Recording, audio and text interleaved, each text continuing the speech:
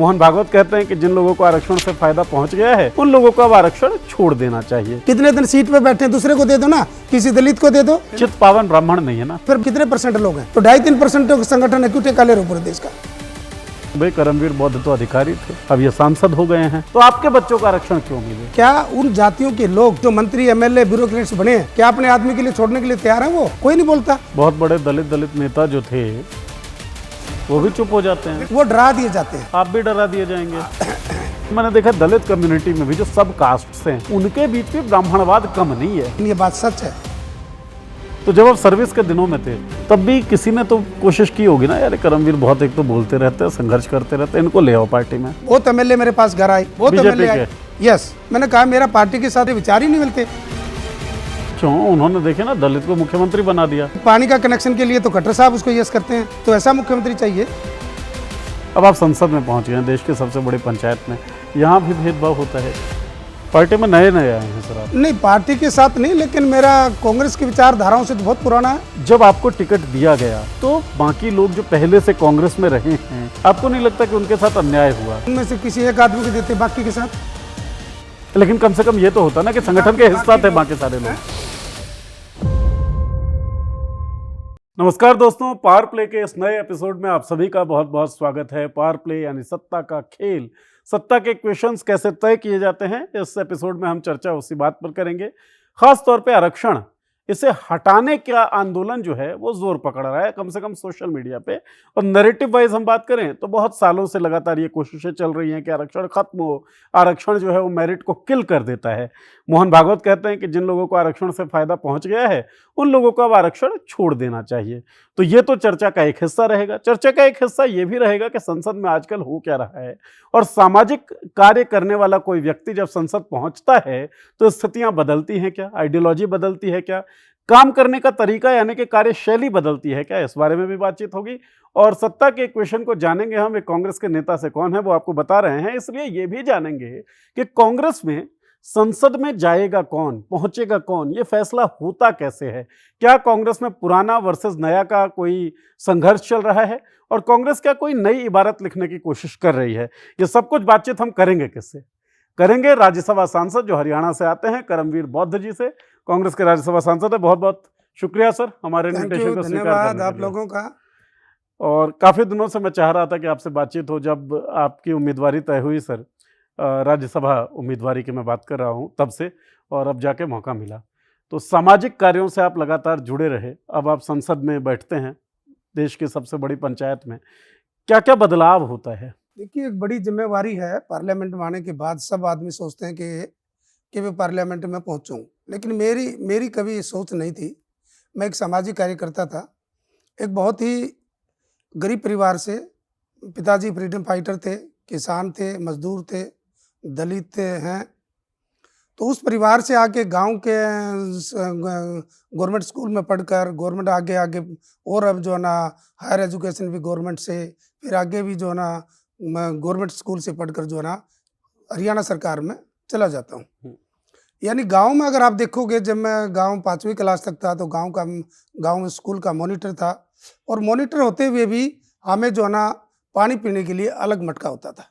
आपके गांव में? यस, मेरे साथ महम गांव भैनी महाराजपुर जो महम में पड़ता है, डिस्ट्रिक्ट रोहतक में पड़ता है। तो उस गांव में अलग मटका होता था, जबकि मैं स्कूल का मॉनिटर था और पढ़ाई में भी अच्छा था। तो वो हालात मैंने देखा। फिर गांव में पानी पीने नहीं देते थे, हम खींच के पानी हमें मिलता था। उसकी लड़ाई लड़ी हमने, अलग कुआं लिया। फिर कुआं लिया तो वो भी झगड़ा होता था। एक बार जो है ना मैं बहुत ही उदास बैठा था, तो मेरे पिताजी ने कहा, मैं बैठा था तो क्यों बैठा है, मैं पिताजी बहुत ही बुरा हाल है। तो क्या है, मैं गांव में पानी भी हमें एक मटका भरने के लिए 10-10 मटके लोगों के भरने पड़ते थे, जो तथाकथित अपर कास्ट कहते हैं। मतलब पहले आप उनके मटके भरेंगे तब आपको परमिशन तब मिलता था, और मटका दूर होता था, लेकिन रस्सी कम से कम 70-80 फुट नीचे से जाती थी। एक बाल्टी, एक टब होता था जिसको पानी लाते थे, भरते थे। अगर बीच में वो भर दिया और अगर कोई और आ गया तो पहले उसको भरने पड़ते थे, उसके भी। तो अच्छा। इस प्रकार का सिस्टम मैंने अपनी आंखों से देखा। ये कौन से साल की बात है सर? ये 84-85 की बातें, 85-86-87 तक चला, 84-85 तक चला। तो उस टाइम क्या हुआ कि मैं एक कुआं खोदने लगा, और मेरे पिताजी ने कहा, नहीं कुआं खोदी आप एक जगह पर, तो मैं अपनी भैंस बेच दूंगा और कुआं खोदा और कुआं बहुत चला और कोई हमने अपने जो है ना, हालांकि गांव के लोगों ने मदद करी, लेकिन मेरे पिताजी ने हौसला दिया, हमने अलग कुआं खोदा।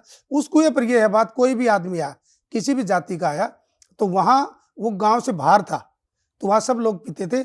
आज भी वो कुआं चालू है। वो जमीन आपकी रही होगी जहाँ नहीं, पे कोई आपने- जमीन नहीं, सरकारी जमीन थी। एक पानी की जो ना छोटा सा नाला था, उस नाले के ऊपर हमने बोकी लगाई और जो है ना वहाँ बोकी खुदाई करी। खुदाई करने के बाद मीठा पानी निकला। उस एरिया में मीठा पानी भी नहीं निकलता था, लेकिन ज्यादातर हमारे जो लोग थे, सभी बरादरियों के लोग घास लेके आते थे। नदी पड़ती एक, तो उस नदी के साथ से घास लेकर वहाँ वो कुछ समय के लिए आराम करते थे। तो उस समय मेरा बहुत नाम चलता था, मैं सामाजिक काम करता था। ये कब की बात है, कब खोदा था आपने? ये बातें हैं कोई 85-86 की। 85-86 में सरकारी जमीन पे जब आप कुआं खोद रहे थे, और जब आपने बताया कि उस समय दिक्कत ऐसी थी कि सवर्ण आपको भरने नहीं दे रहे हैं यस कुएं से यस पानी, यस यस यस। तो जब वो कुआं खोद रहे थे आप, तब भी तो डिस्प्यूट्स हुए होंगे ना? कुछ नहीं लोगों नहीं ने नहीं, उस रोका टाइम होगा। डिस्प्यूट नहीं डिस्प्यूट नहीं हुआ। और कुआं उस टाइम तक लोगों को ज्यादा पता भी नहीं लगा। तो कुआं खोद दिया और कुआं खोदने के बाद पूरे गांव ने भी उसमें थोड़ा थोड़ा चंदा भी दिया और कुआं दिया, और बाद में कुआं चला और वहां से फिर सब लोगों ने पानी पिया। क्या और सवर्ण जातियों ने भी दिया था चंदा? यस यस यस, दिया उसमें, बाद में दिया, सबने दिया, थोड़ा थोड़ा दिया। और वो कुआं मैंने इस बात जिद्दी में खोदा कि भी आप इस प्रकार का भेदभाव क्यों करते हो। उसके बाद हम नौकरी में चले जाते हैं। नौकरी में जाके देखा कि नौकरी में भेदभाव है। आप कौन से विभाग में सबसे पहले मैं आप गए थे? सचिवालय में गया। सचिवालय में जाके देखा तो वहाँ भी बड़ा जो ना, खासकर हमारे जो शेड्यूल कास्ट बैकवर्ड क्लास के लोग हैं, माइनॉरिटी के लोग हैं, उनको कोई भी सरकार हो चाहे, वो किन्हीं चुने लोगों को ही मेन ब्रांचों में लगाते हैं, उनको काम नहीं करने देते। हमारा खासकर हमारा आदमी बड़ा डर डर के रहता है। मतलब पोस्टिंग कहाँ पे होगी, काम क्या किया जाएगा, ये जाति के आधार पर तय होगा। यस यस यस, बहुत ज्यादा। आपके साथ कोई ऐसा वाकया हुआ हो? नहीं, मेरे साथ बहुत बार हुआ, एक बार नहीं अनेकों बार हुआ। और जो हमारे ब्यूरोक्रेट्स थे उनके साथ भी, और जो मंत्री थे, इवन मंत्री और उसके पीछे उसके साथ कोई राज्य मंत्री है, तो कैबिनेट मंत्री हमारा है, राज्य मंत्री दूसरा है, तो राज्य मंत्री उससे ज्यादा पावरफुल होता है। कैबिनेट मंत्री हमारा का मतलब दलित शेड्यूल समुदाय कास्ट, से आ गया। शेड्यूल कास्ट, हाँ, शेड्यूल कास्ट है, तो वो डरता है बेचारा निर्णय लेते हुआ। लेकिन उसके नीचे अगर कोई छोटा मंत्री है या उसके नीचे और है, तो वो आदमी ज्यादा काम करता है।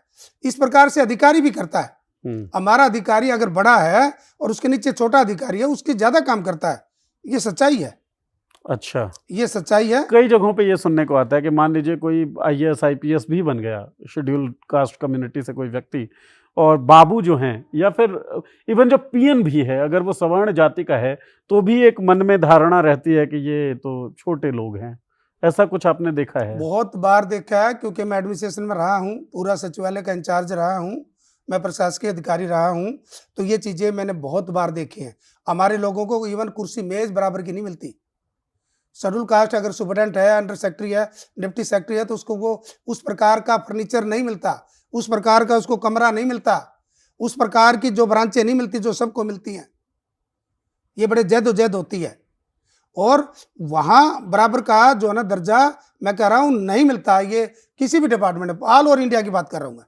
तो आपने कभी इस चीज के खिलाफ लड़ाई लड़ी? खूब लड़ाई लड़ी, यहीं से क्रांति शुरू होती है। इसी बीमारियों को लेकर हमने लड़ाई शुरू करी, इसलिए हमने संगठन बनाया, इसलिए हमारा जो आरक्षण की बात है, ये सारी चीजें नेगेटिव आई, नेगेटिव करने लगे, मनमर्जी करने लगे, मैं वो उसके विरुद्ध ही हमारा ये बिगुल बजा। और मैंने लगातार नौकरी के साथ साथ एक बड़े संगठन पर काम किया, और हमेशा कहीं भी अत्याचार होता था तो वहाँ हम जाते थे। लेकिन सर, आप कह रहे हैं कि जो वर्क प्लेस है वहाँ पे दिक्कत हो रही थी, जहाँ पे आप काम कर रहे थे, आपने वहाँ के भेदभाव को देखा और उसके खिलाफ एक संघर्ष का रास्ता आपने अख्तियार किया। एक तो आप उस जगह पे हैं, दलित कम्युनिटी से आप आ रहे हैं, फिर आप उसके खिलाफ लड़ भी रहे हैं, संगठन बना रहे हैं, तब तो आपके सामने और ज़्यादा दिक्कतें आनी चाहिए, लेकिन सर्विस आप पूरी कर पाते हैं, ऐसा कैसे? नहीं नहीं नहीं नहीं नहीं, वहाँ काफी लोगों को चार्जशीट होता है, उनको ऐसी जगह डाल देता है, उसको काम ना हो, उसको बिल्कुल निकमा बना देते हैं, निठल्ला छोड़ देते हैं। शंट पोस्ट जिसे Yes. कहते हैं, आपके साथ हुआ कभी? मेरे शंटिंग पोस्ट? बहुत बार हुआ। जैसे किन पोस्ट पे आपको भेजा गया? बहुत जगह ऐसी ब्रांचों में लगा जो मेरे योग्य नहीं थी, ऐसी ऐसी ब्रांचों में मुझे भी लगाया, और लेकिन मेरे साथ काफ़ी ब्यूरोक्रेट्स मेरे बहुत जानकार थे, या मेरा लाइजन बहुत अच्छा था, तो उसमें ज़्यादा नहीं डिस्टर्ब कर पाए। लेकिन काफ़ी जगह मेरे साथ भी हुआ, अनेक लोगों के साथ हुआ है। अनेक लोगों को जब प्रमोशन आती है तो उनको चार्जशीट कर दिया जाता है, उनकी समय प्रमोशन नहीं होती। और जहाँ तक पोस्टिंग है, डीसी, एसपी या एसडीएम या एसएचओ या और तमाम तरह के तहसीलदार हैं, उनको पोस्टें ठीक ढंग की नहीं मिलती। कुछ ही लोग बढ़िया पोस्टों पर रह के चले जाते हैं और उनको नहीं मिलती शेड्यूल कास्ट को कभी भी। या ऐसे शेड्यूल कास्ट लगते हैं जो बड़े मंत्री या सीएम के साथ, जो बिल्कुल कुछ भी ना बोल पाए या उनकी वकालत ना कर पाए जिस जिस समाज से वो आया है। तो ऐसे लोगों को भी आगे करके एक चेहरा बना के रखते हैं। मतलब आप सेवक बन के रहेंगे तो रह सकते हैं। यस, यह बिल्कुल सही है। तो मनुस्मृति का जो वो आइडिया आता है सर, वो एक तस्वीर जो बड़ा दुर्भाग्यपूर्ण तस्वीर है, जिसमें मुख से ब्राह्मण, पेट से वैश्य, भुजाओं से क्षत्रिय और पैरों से शूद्र आ रहा है। अगर उस तस्वीर के हिसाब से बिहेव करते हैं तो चीजें ठीक रहेंगी। यानी पहली बात तो ये कंसेप्ट ऐसा माइंड में डाल दिया, कोई मुख से, पेट से, जांग से, जांग वाला तो मान के एक जगह एक रास्ता है, बाकी जगह कभी कोई पैदा हुआ तो किस चीज को मान के लेके बैठे हैं? यानी अपने आप ही एक ऐसी चीज घड़ ली और ऐसे बना दिया कि तुम नीचा हो, ये हम ऊंचा हैं, हम सवर्ण हैं, तुम अछूत हो। किसने बनाया? कहां से बनाया? मैं तो सरेआम कहता हूं, थपेड़ा मारो। क्यों? किस बात के लिए? मैं भी इंसान हूं, आप भी इंसान हो। राइट। कौन कहता है सवर्ण ये जो है ना सवर्ण ये फलाना है?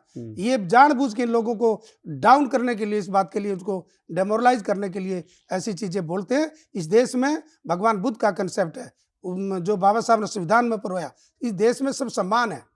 लेकिन जब देश आज़ाद हुआ उस टाइम हमारे साथ संसाधनों का बंटवारा ठीक ढंग से नहीं हुआ। हमारे साथ उस टाइम मनुस्मृति थी, पढ़ने का अधिकार हमें नहीं था। ये तो बाबा साहब का जो है ना, हम जो है ना गुणगान जितना करें उतना कम है। अगर बाबा साहब नहीं आते, संविधान नहीं बनता, तो इस देश के, मैं कहता हूँ कि दलित, पिछड़े, आदिवासी, महिलाएं सब अछूत हैं, सब नीचे हैं, उनको आज भी मान सम्मान नहीं मिलता। लेकिन करमवीर जी, आप ये भी देखिए ना कि संविधान लागू होता है 1950 में, अपना लिया जाता है, उसके बाद भी 35 सालों बाद की घटना तो आप बता रहे हैं, जहाँ पे कुएं से पानी भरने तक का अधिकार नहीं मिला। आज भी ऐसी घटनाएं मिल जाती हैं जब पानी भरने के कारण लड़ाइयाँ हो रही हैं, या फिर घोड़ी पे अगर कोई दलित कम्युनिटी का बंदा बैठ गया तो उसको पीटा जाता है, अगर उसने मूछें रख ली तो उसके खिलाफ हिंसा होती है। तो संविधान में बाबा साहेब ने सिद्धांत तो दिए, और ऑब्वियस सी बात है, संविधान से ज़्यादा न्यायपरक किताब इस पूरे सब कॉन्टिनेंट में, इस पूरी दुनिया में कोई नहीं लिखा गया होगा पिछले 500 सालों में, ऐसा लगता है। लेकिन स्थितियां बदली क्यों नहीं? क्यों करमवीर बौद्ध को संविधान लागू होने के 35 सालों बाद भी अपना कुआं खोदना पड़ता है? क्यों? बाबा साहब ने कहा कि किसी देश का संविधान कितना भी अच्छा हो, अगर उसको लागू करने वाले लोग अच्छे नहीं होंगे तो अच्छा संविधान भी बेकार कहलाएगा। वो बात हो रही है देश में। आज देश को लागू करने वाले लोग सारे डिक्टेटर हैं। अभी क्या हुआ? अभी बच्चे जो आए, बच्चे जिस प्रकार से पीटे गए, बच्चे क्या लड़ाई करने आए थे? क्या किसी संविधान ने कहा उन बच्चों को मारो? किसने राइट दिया उनको मारने के लिए? कौन सा ऑफेंस किया? इस देश के बच्चे थे, छोटे छोटे बच्चे थे, लड़कियां थी, बेटियां थी, बहनें थी, और सारे युवा थे, इस देश का भविष्य था। आप इस प्रकार से बर्बरता करी तो कौन से संविधान में लिखा है किस प्रकार की बर्बरता करो? किस पुलिस आती है? आज हम पार्लियामेंट में बैठ के दोनों तरफ से प्रदर्शन होता है, बीच में पुलिस क्यों खड़ी है? सिक्योरिटी वाले क्यों खड़े हैं हमारे बीच में कि झगड़ा ना हो? तो यहाँ क्या किया? पहले से आप जो है ना पत्थर लेके गाड़ियां भर लेते हो, पहले से टूटी गाड़ियां रख देते हो, पहले से आप जो है ना अपने डंडों में कील गाड़ लेते हो। तो किसने कहा ये है अच्छा संविधान होते हुए भी जो संविधान को चलाने वाले लोग हैं, जो एडमिनिस्ट्रेटर हैं, देश को चलाने वाले जो लोग बैठे हैं, उनकी मानसिकता सही नहीं है। इसलिए ये लड़ाई लड़ने की जरूरत है। और आज जो लोग आए या जो भी पार्टियां थी, जो भी नेता आते हैं, खासकर शेड्यूल कास्ट, बैकवर्ड क्लास और माइनॉरिटी के लोगों को बोलने का अधिकार पार्टियां नहीं देती। इसी कारण से जो है ना आज चाहे मिनिस्ट्री हो, चाहे ब्यूरोक्रेट्स हो, या सारा एडमिनिस्ट्रेशन में उन लोगों को, उस जाति के लोगों को बोलने नहीं दिया जाता, उनको एज पर कानून काम करने नहीं दिया जाता। ये सच है। आपने आज की जो घटना का बात किया, मतलब अभी जो चल रहा है या जंतर मंतर पे प्रोटेस्ट हुआ, उसके बाद जो ब्रुटैलिटी हुई, फिलहाल बीजेपी की सरकार है केंद्र में, लेकिन आज़ादी के बाद ज़्यादा लंबे समय तक कांग्रेस की सरकार रही। आप 84-85 की जब बात कर रहे हैं, उस वक्त भी कांग्रेस की सरकार थी सर। तो कांग्रेस की सरकार के समय में भी पिछड़ी जातियों के साथ जो व्यवहार था समाज का, वो खराब ही था। नहीं, मैं इसको इस रूप में नहीं देखता। अगर इस प्रकार का रूप देखोगे जो आज चल रहा है, तो बहुत बड़ा अंतर था। लेकिन अगर पानी आप बाबा लेकिन साहब, पानी भरने की दिक्कत तो उस वक्त भी थी ना। नहीं, वो लोगों की मानसिकता थी, सरकार की तरफ से नहीं थी। सरकार की तरफ थी ये सारे इंदिरा गांधी जी के पास चले जाएंगे, वह जो है ना राजीव जी के पास चले जाएंगे ये लोग, क्योंकि उस टाइम मानते थे कि इनकी सुनाई होगी। तो इसलिए गांव के लोग डरे, गांव के लोग डरते थे, कांग्रेस पार्टी से डरते थे कि अगर दलितों पर कई बात होती है तो कोई बोलने वाला नहीं था। अगर बोलने वाला होता तो उसको न्याय मिलता था। तो इस डर से जब मैंने पूरा गांव में पंगा किया तो हमें अलग कुआं दिया गया।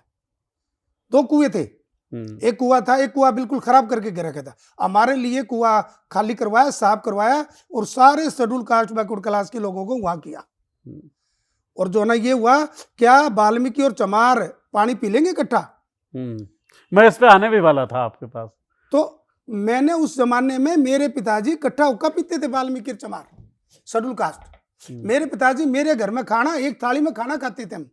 ऐसा व्यवहार देखा मेरे गांव में। अगर आप पता करोगे, जो वाल्मीकि परिवार है, वो परिवार मेरे साथ थाली में खाना खाता था। और आज उसी परिवार का बच्चा मेरा पीएसओ लिया मैंने, जबकि मेरी इंटाइटलमेंट नहीं है उसकी। मैंने कहा कोई बात नहीं, दे दो। वही लिया, उस परिवार से बच्चा है मेरा एक पीएसओ, आज मेरे साथ रहता है, मेरे साथ खाना खाता है। तो ये बंधन हमने तोड़ा, लेकिन लोग समझते थे इस बंधन का खैर हमारे जैसे लोगों ने तो कभी नहीं माना।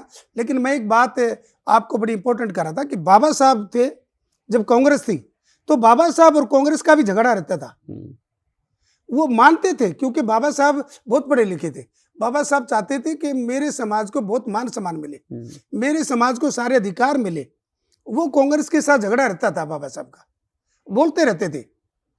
लेकिन बाबा साहब समय के अनुसार उसको सिस्टम को देखते हुए बाबा साहब कांग्रेस के साथ समझौते के साथ, कांग्रेस के साथ मिलकर काम भी करते थे। और कांग्रेस कर भी रही थी लगातार वो काम। कांग्रेस ने काम किया जब हमारी देश की आर्थिक स्थिति बहुत कमजोर थी। हमारा जो ना इनकम क्राइटेरिया बहुत कम था, उसके बाद भी गांव गांव में स्कूल खोल ले ताकि सबके बच्चे बराबर पढ़ेंगे। आज हमारे से पहले वाले लोग या हम जैसे लोग सारे सरकारी स्कूलों से पढ़ के आए। यानी सरकार की मंशा, कांग्रेस की मंशा थी कि हर आदमी को पढ़ाना है। उस टाइम नया नया देश आजाद हुआ था, तो उसके क्या थे, संसाधन थे नहीं। उन्हीं संसाधनों में आज अगर आप देखोगे कितनी महंगी शिक्षा कर दी। आज आज आज आज सब इतना पैसा होने के बाद देश में तो क्या हालात कर दिए। तो ये बात नहीं है। बाबा साहब भी कांग्रेस के साथ बोलते रहते थे, अपने अधिकारों की लड़ाई लड़ते थे, लेकिन कांग्रेस उन बातों को मानती थी, सुनवाई थी, कम से कम सुनवाई थी। लेकिन करमवीर जी, एक लॉजिकल क्वेश्चन यहाँ पे ये उठता है, और मुझे लगता है कि आप समझाएं भी इस बात को, कि आपने कहा कि कांग्रेस ने स्कूल खोल दिया, आपने अपना जिक्र किया कि आप सरकारी स्कूल में पढ़े, और बहुत सारे लोग जो हैं वो सरकारी स्कूलों की वजह से पढ़ पाए, हर समुदाय के, हर जात समूह के। लेकिन इसी बातचीत में आपने ये भी कहा कि उसी सरकारी स्कूल में मॉनिटर होने के बावजूद आपके लिए मटका जो था वो अलग था। तो ये जो व्यवस्था या कुव्यवस्था, ये तो सामाजिक है ना, ये बढ़ती कैसे चली गई? और नहीं, ये देखो, उस समय में हर आदमी छुआछूत जो था, तो सरकारें अपने काम पर लग रही थी, देश का विकास था, या सरकार के पास कोई जाता या किसी मंत्री के पास जाता तो लोग जाते नहीं थे, डरते थे गांव में। तो ये व्यवस्था बढ़ती गई और आर्थिक दशा से जिस प्रकार से जमीन का बंटवारा हुआ वो सही नहीं हुआ, चाहे किसी ने भी किया हो। यानी जमीन, मैं कहता हूं कि राष्ट्रीय कर होना चाहिए जमीन का। जमीन किसी एक की पपोती नहीं होनी चाहिए। लेकिन जमीन नहीं मिलने से कारण इन लोगों के साथ और छुआछूत हुआ।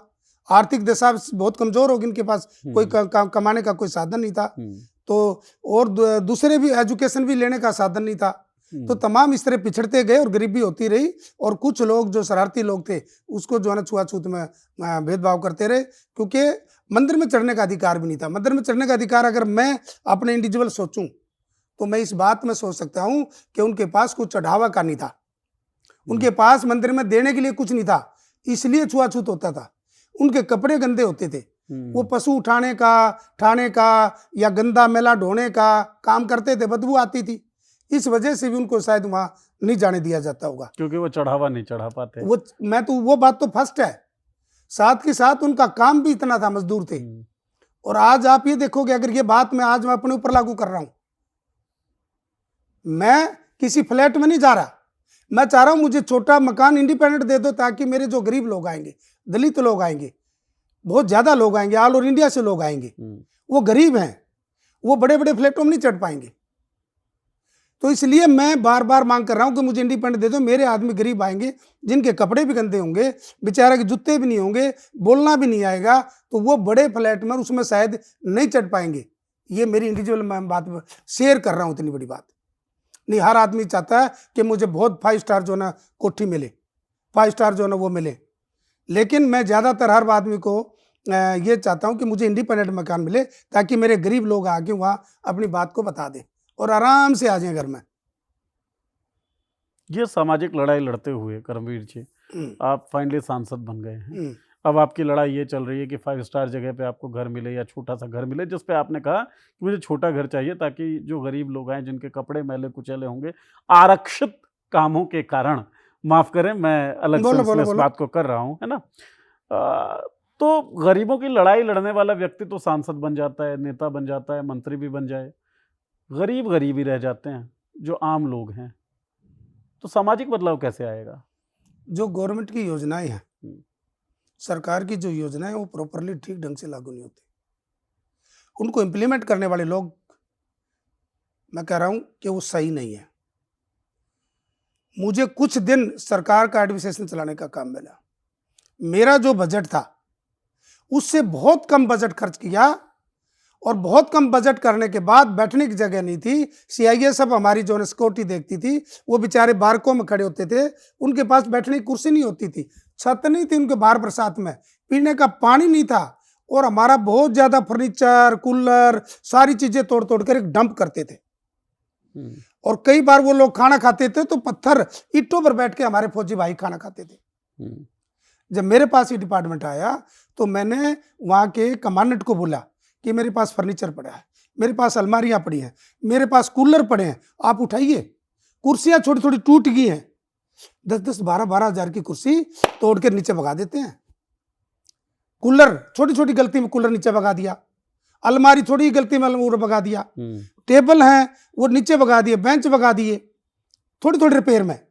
मतलब जो 500 से 600 रुपए में रिपेयर हो सकता है, उस चीज को वेस्ट करके। यस, 500-600 बहुत ज्यादा है, 50-100 रुपये की रिपेयर है।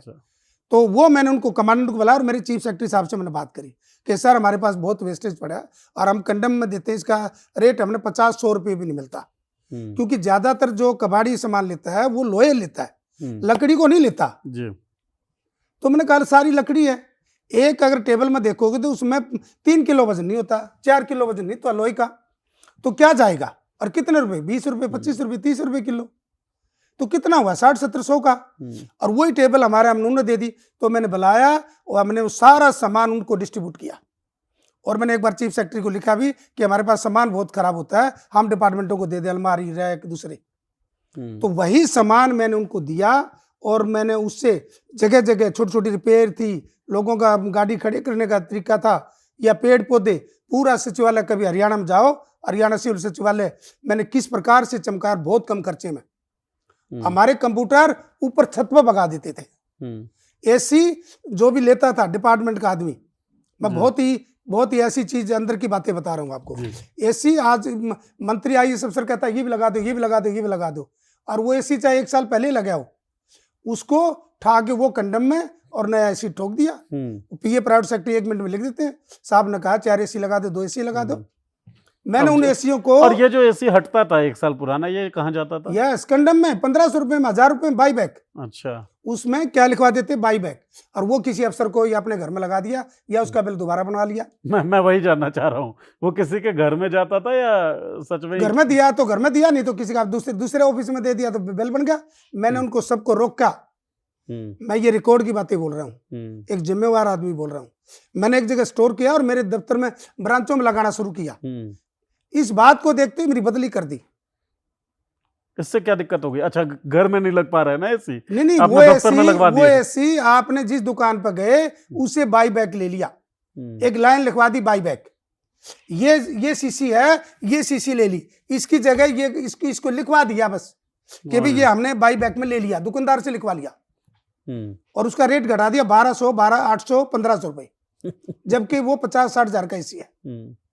वो मैंने रोका और वो रोका तो मैंने वो कुछ ब्रांचों में लगाए, जिसका विरोध हुआ, मेरी शिकायत भी हुई और जो है ना मैं वो जो है ना मेरी बदली कर दी। बदली कहाँ पे हुई सर? किसी और डिपार्टमेंट में कर दी। कौन से सरकार के टाइम की बात है ये इसी सरकार की बात है, बीजेपी की सरकार की बात है। खट्टर साहब या सैनी साहब? खट्टर साहब, सैनी साहब थे भाई। अच्छा। खट्टर साहब की। फिर दोबारा देखा काम नहीं चलता तो चीफ सेक्रेटरी ने दोबारा फिर मांगा मेरे को, फिर लगाया उसी सीट पे, वही काम करे। आज अगर सचिवालय में जाके देखोगे, जब तक मैं एडमिनिस्ट्रेटिव ऑफिसर रहा तो मैंने किस प्रकार से बहुत ही कम बजट में और पुरानी चीजों को, मेरे साथ कुछ और साथी भी थे जो मेरी टीम के साथी थे, फौजी थे, मैं नाम लूँ तो आनंद नाम है, फौजी आदमी, जो सारा काम मेरे ब्रांच के जितने लोग थे सारे मेरे साथ काम करते थे। काम करके हमने उस सिस्टम को चलाया और बहुत कम बजट में बहुत बढ़िया सिस्टम से जो है ना हमने काम किया। अगर ये ठीक ढंग से काम करें तो मैं कहता हूँ बहुत बड़ा परिवर्तन हो सकता है, करते नहीं है। आज भी मैं किसी हॉस्पिटल में बढ़ जाता हूँ, आज भी मैं किसी स्कूल में बढ़ जाता हूँ, अपना उसमें एक बार पहले देख के आता हूँ क्या हाल, बच्चे जा रहे हैं, टीचर आ रहे नहीं आ रहे। तो ये चलते चलते अगर सारे जन नेता काम करें और सारे प्रशासनिक अधिकारी ड्यूटी करें या सारे एम्प्लॉइज अपनी ड्यूटी का ठीक ढंग से निर्वहन करें, मैं कह रहा हूँ देश में, इस देश जैसी भौगोलिक परिस्थितियां, इस देश का जैसे जो ना भूखंडल, इस देश के जितने मेहनती लोग किसी दुनिया में कहीं नहीं है। बस अकाउंटेबिलिटी का मामला है। यस, जवाबदेही समझें और काम करें। अच्छा सर, आपने किन किन अलग अलग सरकारों के साथ काम किया? कौन कौन मुख्यमंत्री रहे हैं आपके? नहीं, मैंने मास्टर हरि सिंह जी थे चीफ मिनिस्टर सबसे पहले, उसके बाद चौधरी बंसीलाल जी थे, उसके बाद चौधरी बंसीलाल जी के बाद भजन लाल जी थे, भजन लाल जी के साथ काम देखा, बड़ा नजदीकी से देखा। और उसके बाद ओम प्रकाश चौटाला जी आगे, फिर चौटाला साहब के बाद हुड्डा साहब आगे, और हुड्डा साहब के बाद खट्टर साहब आगे, और उसके बाद ये नायब सैनी आगे। तो मैंने हुड्डा साहब के साथ बड़ा क्लोजली काम किया, भजन लाल जी के साथ भी काम किया। भजन लाल भी गरीबों के बहुत हितैषी थे। चौधरी बंसीलाल एडमिनिस्ट्रेटर थे। अच्छा। चौधरी बंसीलाल से बहुत लोग डरते थे, लेकिन वो बड़ा इंटेलिजेंट आदमी थे। जिस गांव में, जिस एरिया में जाते थे उसकी बहुत स्टडी करते जाते थे, 20-30 आदमियों के नाम नोट कर लेते थे, कौन कौन सा काम था तो वो देखते थे, और वो अफसर उसके सामने डरते थे। अच्छा, पुराने नेताओं की ये खासियत रही है शायद कि सबको याद रहता था नाम वाम अपने कार्यकर्ताओं का भी, गांव के प्रमुख आदमियों का। ऐसा रहा है क्या हमें? वो ज्यादा दूसरे चक्रों में नहीं रहते थे ना। कौन से दूसरे चक्कर? दूसरे चक्कर बड़ी बड़ी कोठी, बंगले, कारें ये बनाना उनका शौक नहीं था। चौधरी बंसीलाल जी का शौक नहीं था ना। चौधरी बंसीलाल जी उस जमाने में जब भारत हरियाणा बना 1966 में, तो बहुत गरीब था और बहुत काम किया चौधरी बंसीलाल जी ने। भले ही कुछ लोग कुछ कहानियां बताते हैं कि कास्टिज्म या और, लेकिन वो विकास पुरुष मैं कह सकता हूँ। और उनकी यस, चौधरी देवीलाल जी भी रहे मुख्यमंत्री। चौधरी देवीलाल जी, तो देवीलाल के अधीन भी आपने काम किया है क्या? यस, मैं चौधरी देवीलाल के टाइम पे नौकरी में लगा। अच्छा। यस। पर्चे खर्चे चलते थे क्या? नहीं, मारा तो पैसा नहीं लगा। नहीं। तो आपका तो आरक्षण के बल पे हो गया होगा ना सर? ये बहुत बढ़िया बात है कि आरक्षण के भी आरक्षण कह दिया। आरक्षण आज आरक्षण नहीं है, ये रिप्रेजेंटेशन है। और आरक्षण ऐसा नहीं है कि भाई उनको बगैर पढ़े हुए मिल जाता है। आप आरक्षित जो लोग हैं, जो शेड्यूल कास्ट लोग हैं, वो कैसे स्कूलों में पढ़ के आते हैं? उनकी माँ जब बच्चा पैदा करती है तो क्या क्या खाती है, कैसे माहौल में रहती है? जिस दिन बच्चा पैदा करती है वो माँ, उस दिन वो घास भी लेके आती है। जिस दिन बच्चा पैदा होता है उस दिन वो रोटी भी बनाती है, घर में जो ना पशुओं का चारा भी काटती है। वो उस माँ के पेट से बच्चा पैदा होता है। एक जो ना बड़े बड़े घरों में ऐश और आराम से जो मर्जी जूस, जो मर्जी खाना, जो मर्जी प्रोटीन, फाइबर, सारी चीज़ें मिलती हैं। उसका दिमाग और उस मजदूर का बच्चे का दिमाग कैसा होगा? फिर वो स्कूल में कैसे जाता है? हम अपने जब जाते थे तो मेरी माँ बगैर चटनी की रोटी की चटनी पे करती थी, किसी पेड़ के पीछे जाके चप के रोटी खाते थे। सबके सामने रोटी नहीं खा सकते थे। तो क्या आज आप बराबरी की बात कर रहे हैं? क्या दिया बराबर? इस देश में अगर आप चाहते हैं तो समान शिक्षा और फ्री शिक्षा कर दो ना। ये कहने की बातें हैं। सुधार करे समाज अपने आप में गिल्टी महसूस करें। बहुत बच्चे आए, लड़कियां देखी मैंने, जो अच्छी जो अपने आप मुझ जातियों की लड़कियां, बच्चे आए, वो बोल रहे हैं इस बात पे कि इन बच्चों के साथ बहुत शोषण होता है, इनके साथ बहुत अन्याय है। ऐसे बच्चे भी आए हैं। एक चीज इसमें ये बताइए, जो पॉपुलर कल्चर में जो चलता है ना विरोध आरक्षण का सर, उसमें एक पॉइंट ये आता है कि गरीबी केवल दलित कम्युनिटी में नहीं है या ओबीसीज में नहीं है। गरीब तो सवर्ण भी हो सकता है, ब्राह्मण भी हो सकता है, बनिया हो सकता है, राजपूत हो सकता है, ये भी गरीब हो सकते हैं, तो इनको भी दे दीजिए आरक्षण। मेरे पिताजी लकड़ी का काम करते थे, तो उसमें एक जाट बरादरी का भाई भी काम करता था। जब वो घर में आता था, दूसरे भी थे लोग, दूसरी हमारी कास्ट के लोग भी थे, अदर शेड्यूल कास्ट भी थे, बैकवर्ड क्लास भी थे। शेड्यूल कास्ट बैकवर्ड क्लास तो वहां बैठ जाते थे, जबकि वो शेड्यूल कास्टों का घर था। लेकिन जाट जो होता था सीधा घर बढ़ता था, मजदूरी तो करता था ना। इसका क्या है? ये जो सामाजिक भेदभाव है। इवन मैं ये कहूं कि मेरे पास को मिलने आता हमारा आदमी, आज भी उन्हें यह पता है कि हमारा भाई है, हमारी कास्ट का है, बेचारा फिर भी डरता रहता, बाहर खड़ा हो जाता है। दूसरी कास्ट का जो आता है सीधा बढ़ जाता है खोल के दरवाजा। वो एक एंटाइटलमेंट समझते हैं अपना, यस, हमारा अधिकार है। यस, जब हम जाते हैं तो अधिकार क्यों नहीं?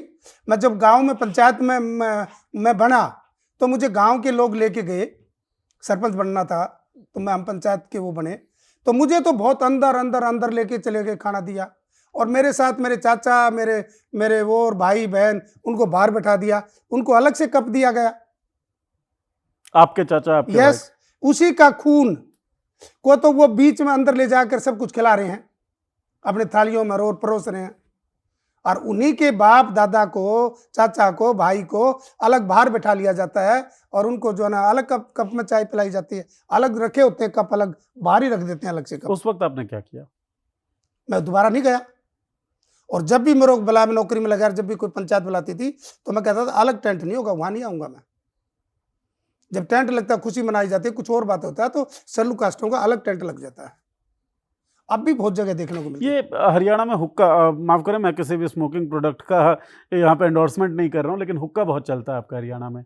और मैं जब रिपोर्टिंग के लिए जाता हूँ रणवीर जी गाँव में, तो मैं देखता हूँ ये मतलब जो बैठक होती है वो भी अलग अलग जातियों की अलग होती है। हुक्के को लेके बड़े रेगुलेशंस हैं कि एक ही जाति का व्यक्ति हुक्का पिएगा, दूसरे मतलब अगर सो कॉल्ड छोटी जाति के व्यक्ति ने हुक्का पी लिया तो झगड़ा हो जाए, कुछ ऐसा कुछ है क्या? बिल्कुल पक्का, आज भी है। आप एक हुक्का नहीं पी सकते।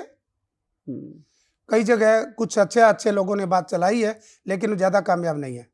आज भी भेदभाव है। आज भी नौकरी में लगे तो आप इकट्ठे खाना नहीं खा सकते, अपनी जाति के लोग ज़्यादा खाते हैं।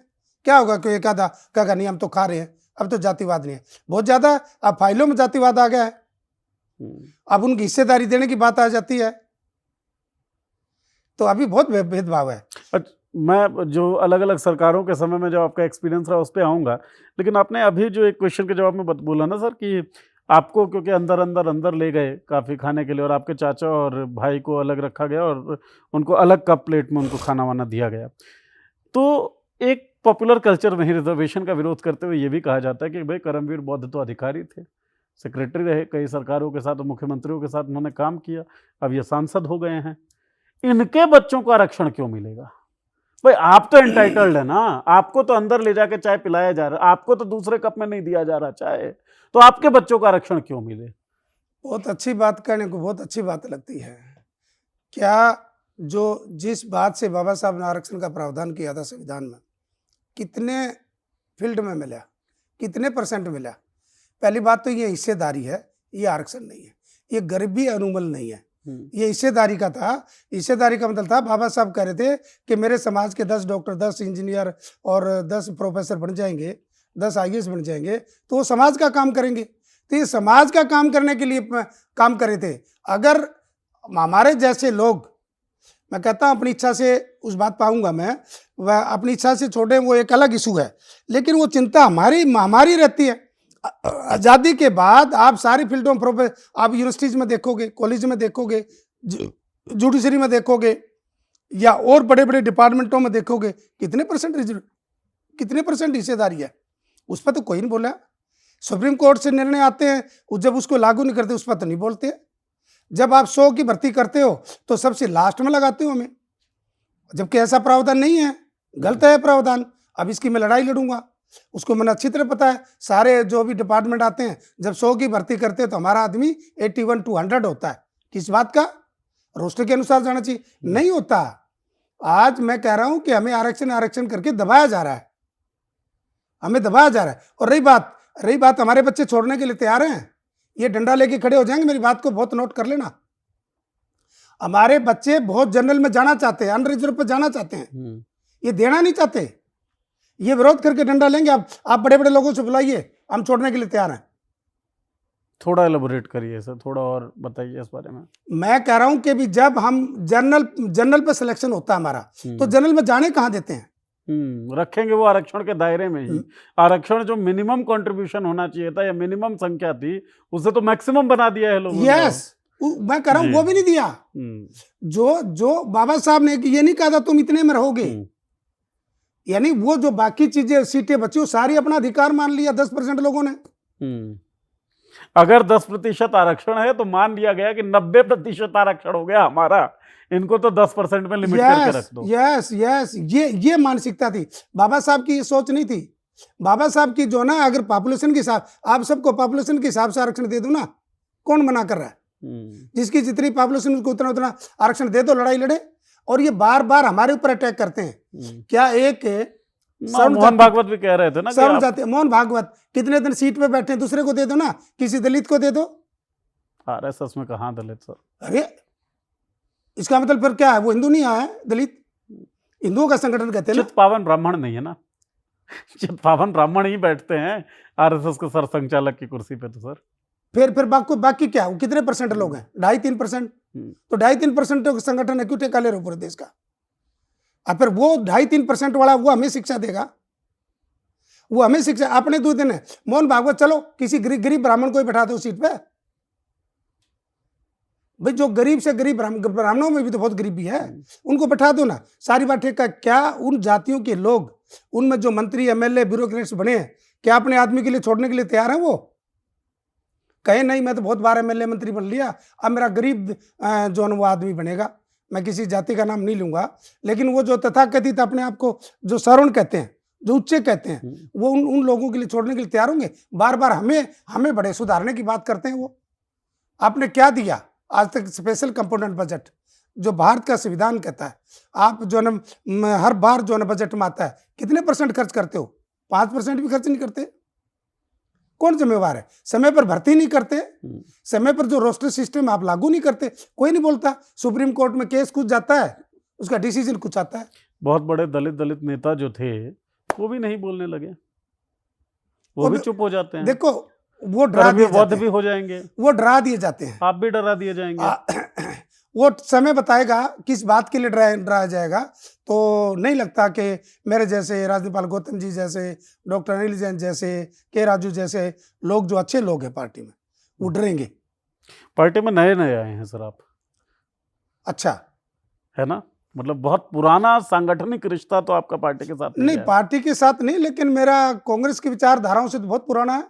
मेरे फादर फ्रीडम फाइटर थे और जिस बात से आता था कि सारे दलित कांग्रेस के बड़े वो हैं, तो और जो दिया वो कांग्रेस ने दिया। आज विकास किया तो दलितों का कांग्रेस ने दिया।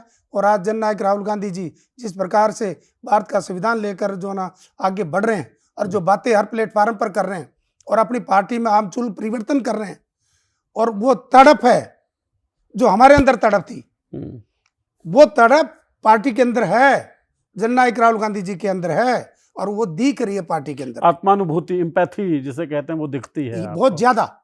मैं कहता हूं कि इतनी चीज तो साहब जो है ना काशीराम जी को नहीं मिला होगा इतना मामला, इतना बाबा साहब भीमराव अम्बेडकर जी को इतना सार्वजनिक कि किसी राष्ट्रीय पार्टी का नेता जो खुल के दलितों, पिछड़ों, आदिवासियों और महिलाओं की बात करते हो, जो हिस्सेदारी की बात करते हो, गरीब जनरल की बात करते हो, किसी ने नहीं करी। आज तो हमारे ऊपर जननायक राहुल गांधी जी बैठे हैं। जो काम हम नौकरी में रहते हुए काम करते थे, आज जो सामाजिक एकता की बात करते थे, सामाजिक भेदभाव की बात करते थे, वो आज राहुल गांधी जी बहुत नेक नीति से कर रहे हैं। मैं ये नहीं कि मुझे राज्यसभा भेजा इसलिए बोल रहा हूँ, नहीं, भेजा आपको राज्यसभा? इसी बिल्डिंग में मैंने राहुल गांधी जी को, और इसी कमरे में वहां बैठकर कहा था कि राहुल गांधी जी, आप जिस बात से लेके चल रहे हैं, हम बाबा साहब और हमारे महापुरुष ज्योतिबा फुले, पेरियार, साहू जी महाराज की वजह से काम करते थे, खुश होते थे, राजनीति में आने का ज्यादा इच्छा नहीं थी। और मैंने कही थी यहाँ बात, मेरी रिकॉर्डिंग निकलवा लो कि जी आप जिस बात को लेके आ रहे हैं, हम आपके काम के साथ, आपके विचारों के साथ हम बहुत मजबूती से बढ़ाएंगे। हम आपके पास मैं जो ना कोई पद मांगने नहीं आएंगे, आप पार्टी के संगठन में हमें जोड़े, ताकि पार्टी के संगठन से क्या होगा कि लोगों के बीच में जाओगे, थोड़ी आइडेंटिटी हो जाती है। ये बातें तो कही मैंने। मैं प्रभारी था हिमाचल प्रदेश का। हिमाचल प्रदेश में जिस प्रकार से मैं काम करके आऊँ आज़ादी से, मैंने वहाँ परमिशन ले ली थी राहुल गांधी जी से। राजनीति पार्टी गौतम जी, अनिल जैन जी यहीं बैठे थे, तो ये बातें मैंने रखी थी इसी कमरे में। और बिल्कुल भी मनसा नहीं थी कि मेरे को इतना बड़ा पद दे देंगे। मैं तो पूरी लेकिन पद तो दे दिया गया। तय किसने किया सर? आपकी पूरी पार्टी का, जननायक राहुल गांधी जी का, आदरणीय खड़गे जी का, सोनिया गांधी जी का, प्रियंका गांधी या वेणुगोपाल जी या तमाम हमारे हरियाणा के लीडरों का मैं धन्यवाद करता हूँ कि मेरे जैसा आदमी, अम्बेडकराइट, बुद्धिस्ट, समता, समानता और बंधुता और करुणा में विश्वास करने वाला आदमी, जो मैं कूट कूट के भरा हुआ है, ऐसे आदमी को जो मुझे पद पर दिया, तो धन्यवाद भी करता हूं उनका मैं। वकालत किसने की सबसे ज्यादा आपके लिए? मुझे नहीं लगता कि इसमें कोई बहुत ज्यादा वकालत किसी ने करनी पड़ी हो। तो फैसला राहुल गांधी का ही था सोल। तो ये तो देखो, पार्टी लेवल पर मुझे इतना वो नहीं है, लेकिन सबसे बड़ा पार्टी के सभी नेताओं की चर्चा हुई, मेरे प्रदेश के अध्यक्ष के, मेरे प्रदेश के नेताओं से भी बातचीत हुई होगी, और मुझे मुझे मुझे बहुत ज्यादा कई कठिनाई का सामना नहीं करना पड़ा। अच्छा, मैं नाम किसी का नहीं लूंगा, वैसे आप क्योंकि सामाजिक कार्यों में आप रहे हैं और जिस तरह के काम में आप थे सर, लगातार आप पॉलिटिकल पार्टीज को और गवर्नमेंट को देख रहे थे, क्या आपको लगता है कि पॉलिटिकल पार्टीज में एक लॉयलिस्ट या वफादार कौन रहा है, लंबे समय से कौन जुड़ा रहा है, ये सब चीजें भी देखी जानी चाहिए? नहीं, देखी जानी चाहिए, लॉयल भी रहो, लेकिन लॉयल के साथ साथ मेहनती भी हो, यानी घर से बाहर भी निकले, लोगों से भी मिले। एक पद मिलने के बाद अपने आप को ये ना सोचे कि आप बहुत बड़े लोग होंगे। आज मैंने जिस परिवार को, जो बाहर लोग बोलते हैं, उस परिवार को बहुत नजदीकी से देखा है। अरे इतना देखा है मैंने, क्योंकि मैं तो एडमिनिस्ट्रेशन चलाया है। कहीं भी आप उस परिवार में नहीं चलती, दिखी मैंने, मैं प्रशंसा नहीं कर रहा, मैंने जो आंखों से देखा वो कह रहा हूं, उस परिवार में कि मैं सब कुछ हूं, बिल्कुल भी नहीं है। गांधी पर बिल्कुल हम खड़े थे, मैं शेयर कर देता हूं बात। हम आदरणीय जो ना अपने खड़गे साहब के ऑफिस के सामने 7-8 एमपी खड़े थे, अंदर मीटिंग थी, सीनियर नेताओं की थी, ठीक है, सेशन चलना होना था। प्रियंका गांधी जी आए, अरे हमारे साथ खड़े, अंदर क्या मीटिंग चल रही है, बाहर खड़े हो गए गेट के ऊपर। थोड़ी देर के 5 मिनट के बाद मैडम जी आते हैं, सोनिया गांधी जी आते हैं। सोनिया गांधी जी कहते हैं, प्रियंका जी कोई बोलती है, अंदर क्या है, कि मम्मा अंदर मीटिंग चल रही है। मैडम जी बाहर खड़े हो गए, और जब अंदर से पता चला 2-3 मिनट 4 मिनट के बाद अंदर से मैसेज आया कि मैडम जी को अंदर बुलाओ, तो केवल मैडम जी अंदर गए, प्रियंका गांधी जी हमारे साथ ही खड़ी होगी।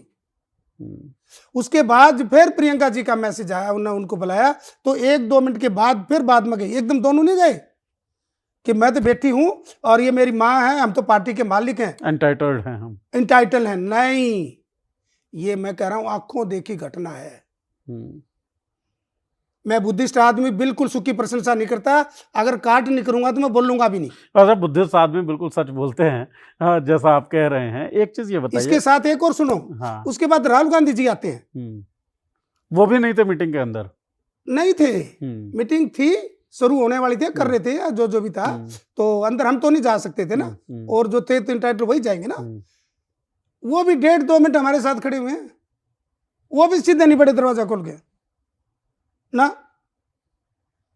नहीं तो आएगा आदमी, जाता है जैसे मुख्यमंत्री सीधा बढ़ जाता है और बढ़ जाता है, और देखे कि मैं सब कुछ मैं हूं, कि मैं खड़गे साहब से बहुत हूं। और दूसरा आज का वाक्य है, हम आ रहे थे, बाहर निकल रहे थे, मैडम जी और खड़गे साहब इकट्ठे थे।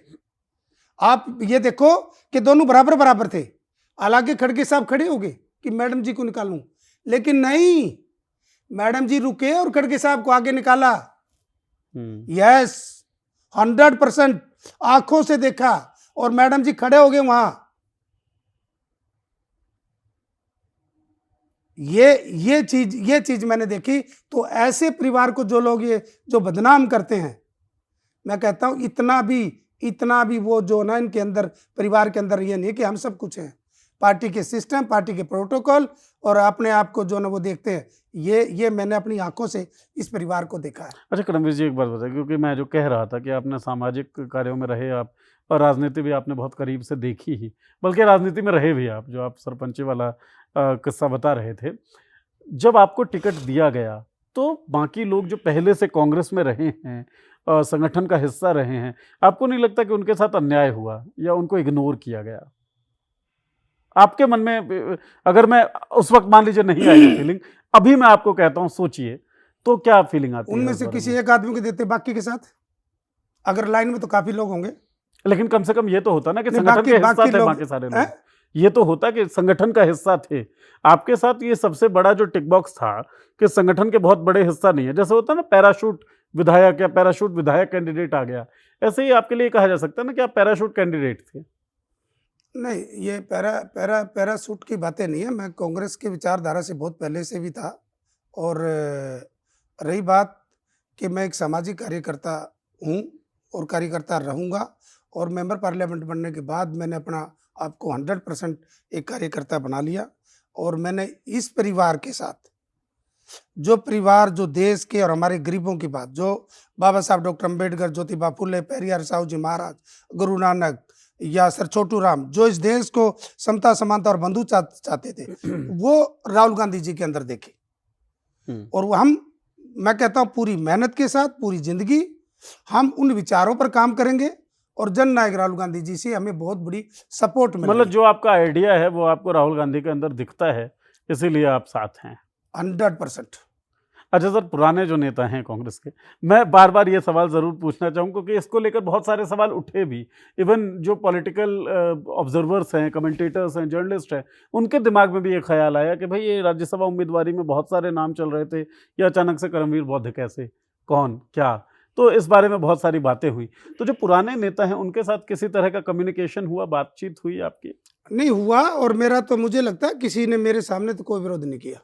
यानी लगभग हरियाणा स्टेट के तो लगभग सारे लोग जानते थे मुझे, और सबके साथ काम किया हुआ था, और सबके साथ मेरा अच्छा लाइजन था, मेल जोल था, और सब ने मुझे जो है ना यहाँ तक भेजने में उनका सबका सहयोग रहा, और मैं बड़े हाथ जोड़कर उनका धन्यवाद करता हूँ। दलित नेताओं के साथ भी ठीक है? किसके साथ? क्यों नहीं, दलित नेता जो हैं सबके साथ बहुत बढ़िया, मेरे आदरणीय हैं, मेरे सीनियर हैं, बहन जी शैलजा जी हैं, या गीता भुक्कल जी हैं, या और जो हमारे विधायक हैं सारे, तो सबके साथ अच्छा है। मेरा इस बात का कंपटीशन ना तो है ना रहेगा। मेरा कंपटीशन ही नहीं है कि कोई बड़ा नेता बने, छोटा बड़ा ना। मेरे जो सीनियर हैं वो सीनियर रहेंगे, उनका आदर करूंगा, और कोई भी जो ना विधायक हैं बड़े प्यार से मैं काम करूंगा। तो लेकिन एक बात जरूर मैं आपके सामने कहूंगा, जो रिजर्वेशन की बात करते हैं, आज कुछ लोग रिजर्वेशन को खत्म करने की भी बात करते हैं। पहली बात तो रिजर्वेशन किस फील्ड तक हमें मिला, इस बात की ना सुप्रीम कोर्ट या कोर्ट देखते, ना कोई और पार्टियां देखती, सिवाय सारे डंडा उठाने के लिए आ जाते हैं कि ये काट दो, क्रिमिनल लागू कर दो, ये कर दो, वो कर दो। यानी हर बार जो अटैक करते हैं वो शेड्यूल कास्ट की रिजर्वेशन पर करते हैं, अपने रिजर्वेशन पर कभी नहीं करते। सदियों से जो उनका परमानेंट रिजर्वेशन है, आज जितने भी देश के अंदर मंदिर हैं, पूजा के स्थल है, उसमें कितने schedule caste backward class minority के लोग हैं पुजारी? क्यों नहीं है? सारे एक जाति के बनेंगे, आरक्षित हैं वो। आज आप जो ना उनको अलग अलग वर्ण में जो बांटा, तो वो एक जाति के एक वर्ण, पक्का वर्ण उनका हो गया। यानी 4 मंजिली बिल्डिंग है, एक बिल्डिंग में जो पैदा होगा दूसरी फ्लोर पर नहीं आ सकता। तो इस प्रकार का आप जो ना मापदंड माप के चल रहे हो। आज क्रिमिनल का मामला हरियाणा के अंदर, मैंने क्रिमिनल केस डाला सुप्रीम कोर्ट में, और बाहर सरकार ने एफिडेविट दिया कि शेड्यूल कास्ट शेड्यूल ट्राइब के ऊपर क्रिमिनल लागू नहीं होता। लेकिन पॉपुलर कल्चर में यही बात चलती रहती है, वही ना कि करमवीर बौद्ध इतने बड़े आदमी हो गए, अब इनके परिवार को क्यों मिलेगा आरक्षण? नहीं, बार बार इस प्रकार के सोच के लोग बैठे हुए हैं कभी ये नहीं देखते कि इनके साथ क्या क्या दुर्व्यवहार हो रहा है, किस प्रकार का काम करते हैं। सामाजिक स्थिति क्या है। लेकिन मैं एक इंपॉर्टेंट बात कह रहा था कि भी वो क्रिमिलेयर हरियाणा सरकार ने इस क्रिमिलेयर का बहाना बनाकर, जो कोर्ट में केस उसका बहाना बनाकर हमारी रिजर्वेशन पॉलिसी जो खट्टर साहब ने जारी की थी उसको विड्रा कर लिया 4 दिन पहले। तो दलित विरोधी जो ना बैठे हैं, मुख्यमंत्री कहते हैं कि भाई दलित बैठा हुआ है, शूद्र बैठा हुआ है, बैकवर्ड बैठा हुआ है, उसके राज में एक तरफ भारत सरकार बीजेपी की सरकार ने एफिडेविट दिया है पार्लियामेंट में, एक तरफ से हरियाणा सरकार हमारी पॉलिसी को रिजर्वेशन प्रमोशन वाला विड्रा कर लेते हैं। 82, 80, 81, 82, 85 अमेंडमेंट आया, आज तक लागू नहीं। एक बार एमनागरा जा जाता है, एक बार फिर कोर्ट में स्टे करवा देते हैं, केस लड़ते हैं, केस ठीक होता है, फिर क्रिमिलेयर का कंसेप्ट ले आते हैं। तो किस लिए पार्लियामेंट से अमेंडमेंट हुआ?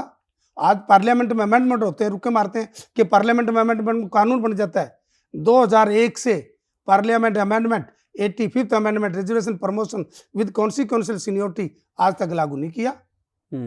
और मैं तो ये कहता हूं आपके टीवी के माध्यम से, ए मेरे दलित भाइयों, जो बाबा साहब ने सन 1932-33 में कहा कि ये जो गंदा धंधा है आपका, पशु उठाना, खाना, मारना और ये जो गंदा मेला सर पे ढोते हो, ये मत करो।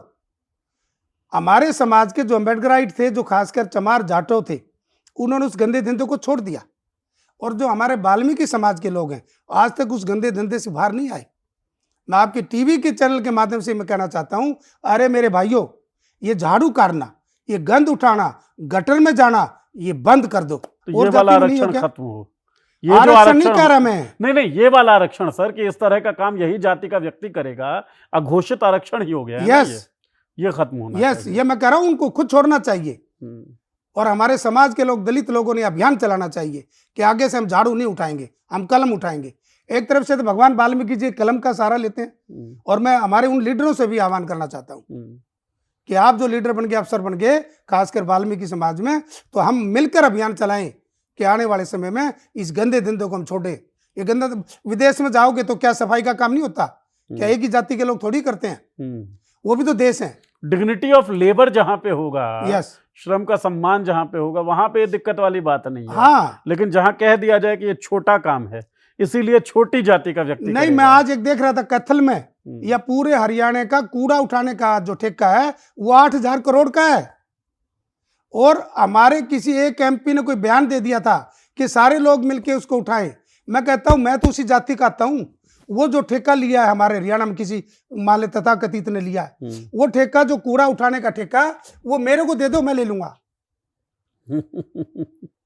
नहीं, जो बड़ा काम आए तो कोई और ले जाए। 8,000 करोड़ रुपए का काम आपको थोड़ी मिलेगा, वो बड़ी जातियों के लिए आरक्षित होगा। नहीं, वो एक हमारे मेंबर पार्लियामेंट ने बोल दिया था, उसके विरुद्ध हमारी जातियां खड़ी हो गई थी। उसने इस बात की समझ, मेरे मुंह से बड़ा स्टडी किया मैंने।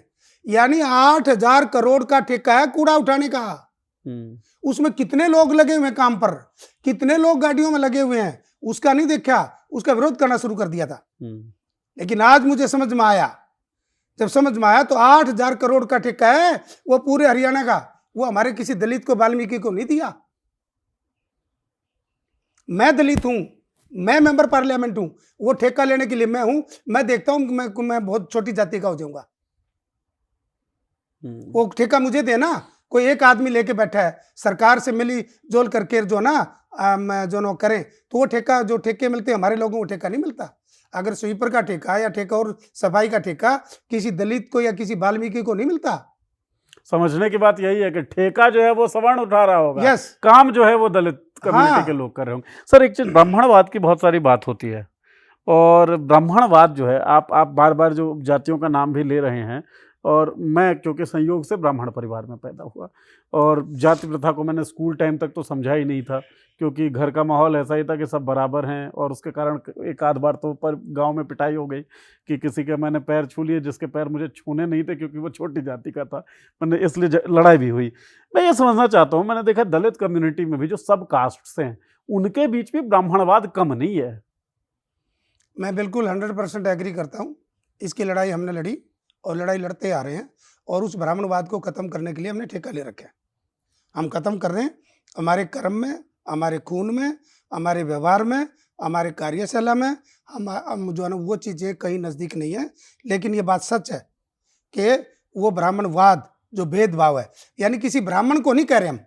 ब्राह्मणवाद का मतलब यह है कि भी जैसे आपने किसी के पैर छू लिए तो आपको झगड़ा हुआ, आपको क्यों छू लिए, तो ये मानसिकता की तो बात है, राइट। तो उसको खत्म करने के लिए हमारे अच्छे अच्छे लोग लगे हुए हैं, हमारे जैसे लोग लगे हुए हैं। हमने पूरी जिंदगी उसको खत्म करने का प्रयास किया। हमने आज तक, मुझे कोई ये पहचान नहीं पाता कि मैं सब कास्ट किसका हूं, तो ये मेरा गर्व है, मुझे कोई नहीं कह सकता। और आज मैं जब से मेंबर पार्लियामेंट बना कि मैं सबसे पहले, जो हमारा सफाई कर्मी है वो सबसे अंतिम आदमी है, सबसे अंतिम पायदान पर है। जैसे सरकार कहती है अंतिम आदमी अंतिम पायदान का हम विकास कर रहे हैं, कौन सा एक काम तो बता दो। अगर आप चाहते हो तो पूरे देश में सफाई कर्मियों को, पूरे देश के सफाई कर्मियों को कम से कम 100% आउटसोर्स कर दिया, तो उनको रेगुलर करते ना, शोषण हो रहा है। 14-14, 15-15 हज़ार में उसमें काम कराते हो और उनको टाइम नहीं पता।